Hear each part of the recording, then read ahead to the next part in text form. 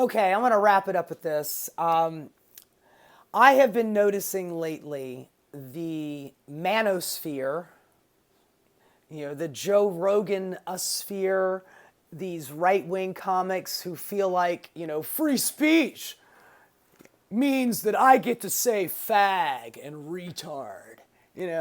I get to say the N-word and nobody gives me a hard time anymore. I think that Donald Trump is based because, he's like, he's getting his dick sucked. This, the words of Andrew Schulz. Now, if you guys don't know who Andrew Schulz is, congratulations. You must be living a blessed life. Unfortunately, being a political pundit means that you have to know who the other pundits are on the other side. And we've got this new group of psychopaths, whether they're Andrew Tate, what is this, another Andrew? Andrew Tate, the guy who was a human sex trafficker in Romania, who's now back living in America. He's in Florida now. Excellent. Telling young boys how to, trick out women so they'll do, they'll be internet sexual sensations and then they collect all their money. And this is how you buy a Bugatti, is that you pimp out some girl and you get her to do OnlyFans, and then you take 90% of her money and you give her 10, and that's just the way it is because you're a man and she's a woman. That's Andrew Tate. Well, we got Andrew Schulz, who is in the Joe Rogan comedy sphere. And by the way, Joe Rogan, yet again, another cooked individual. I'm seeing him kind of try to walk back some of the Trump praise and love that he's been giving to Donald Trump and, the new fascism. It's like Joe Rogan has become the waiting room for billionaires. He's had Jeff Bezos, Jeff Zuckerberg, Elon Musk, Mark Andreessen, any uber wealthy guy. Go on Joe Rogan's and he will whitewash all of the bad stuff you do and tell you you're fantastic, you're a genius, and my puny little reptilian monkey brain could not fathom the genius that you have in yours, and you just tell me what to think and I'm going to think it. He had Donald Trump on for 3 fucking hours. Donald Trump lied to him the whole time. I never said lock her up to Hillary Clinton. Oh my God, Donald Trump said lock her up. That was like his fucking biggest chant that he had on the campaign trail. All he ever said was lock her up. And he says, no, I never said lock her up. And Joe Rogan's like, well, maybe you didn't. 100%, Mr. President, 100%. That's a real thing. You're playing a game called capitalism here, bro. Bro. So the brosphere, the manosphere, the, little dick, big fucking nut sphere, Joe Rogan, Andrew Schulz.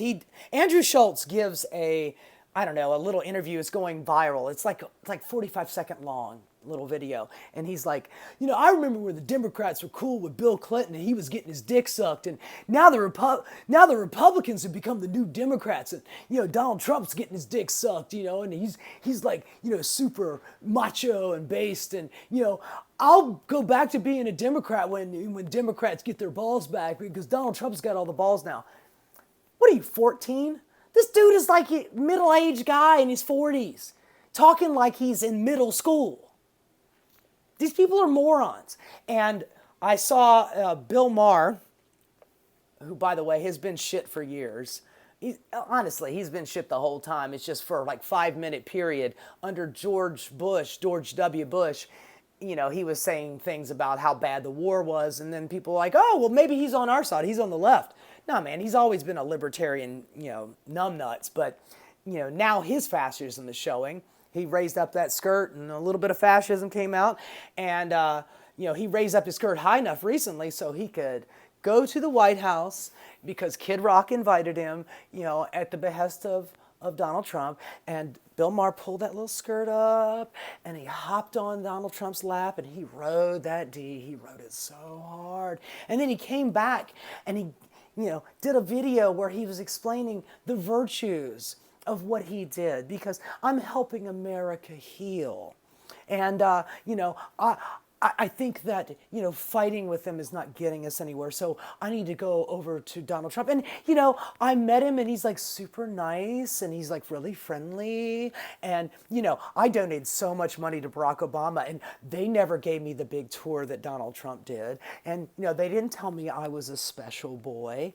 I got to meet Barack Obama, but I didn't get to like to sit down to dinner and have McDonald's with him or something. So, I think that Donald Trump is just, he's not as bad as you think he is. And Larry David, who, by the way, at this point, got to be goated status. He writes an article, I believe it was in the New Yorker, My Dinner with Adolf Hitler. And if you haven't had a chance to read that, chef's kiss. It is just amazing. He doesn't even mention Bill Maher's name, but the whole thing is just a troll. He cuts Bill Maher to pieces without even mentioning him. Oh, I went to the Capitol and I met with Adolf Hitler and we had dinner and he comes in the room and he's wearing like his tan outfit and he's got his little swastika badge on.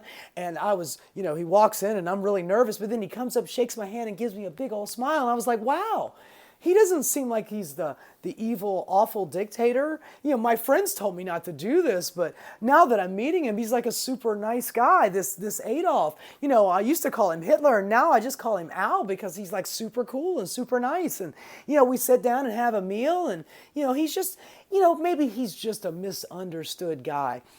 So Larry David trolls him within an inch of his fucking life.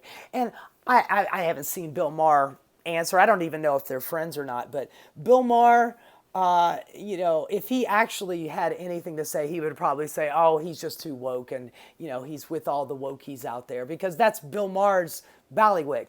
That's Bill Maher's hobby horse.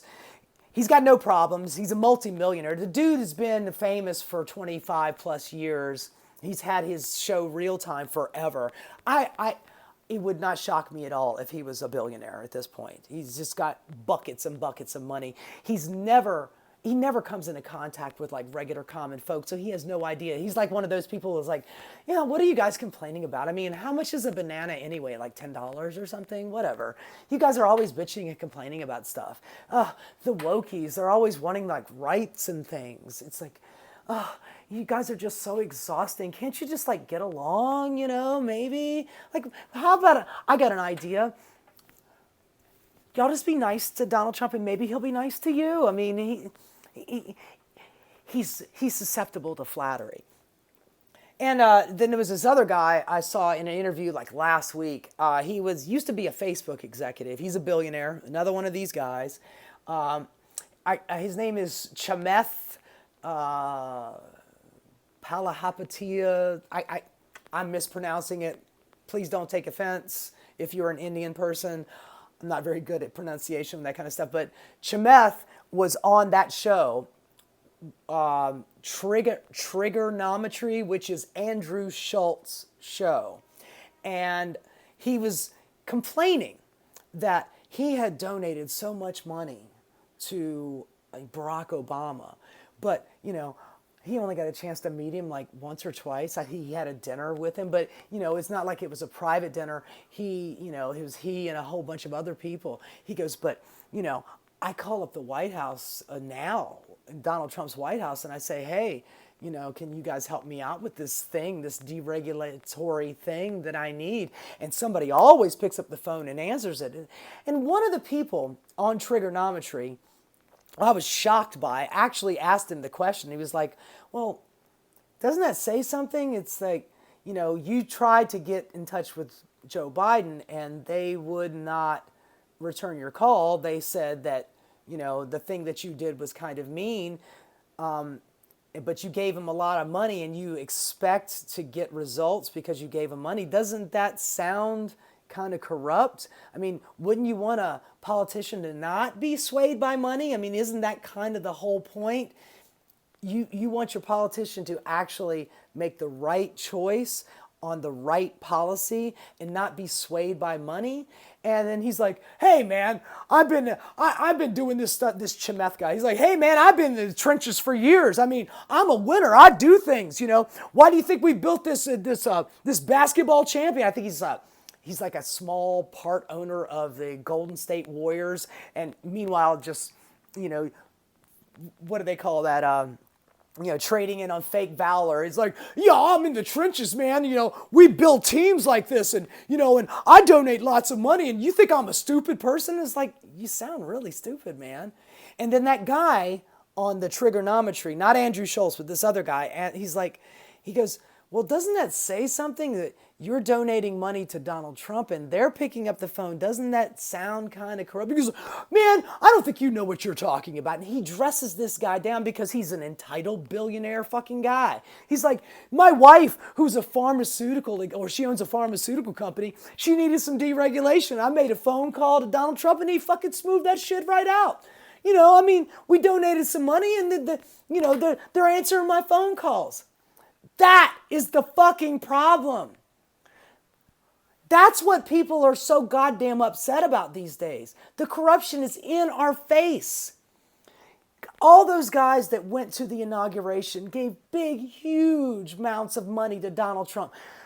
Donald Trump's inauguration, the party, the inauguration party, he earned $250 million in one fucking day from all of the donations, from whether it's big prison or big pharma or, you know, big payday loan or, you know, big military contractor.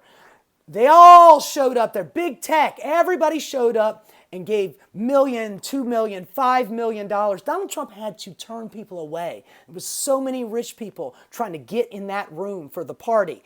He had to turn some of them away and refund their money because he couldn't fit them in the room. That's how corrupt our system is. And it's blatant and it's right in our face. And you've got people like Andrew Schulz and Joe Rogan and Bill Maher carrying water for this son of a bitch. They want their dinner with Hitler. Joe Rogan was at the inauguration. He wants his dinner with Hitler. He wants to do his comedy routine down there at Mar-a-Lago.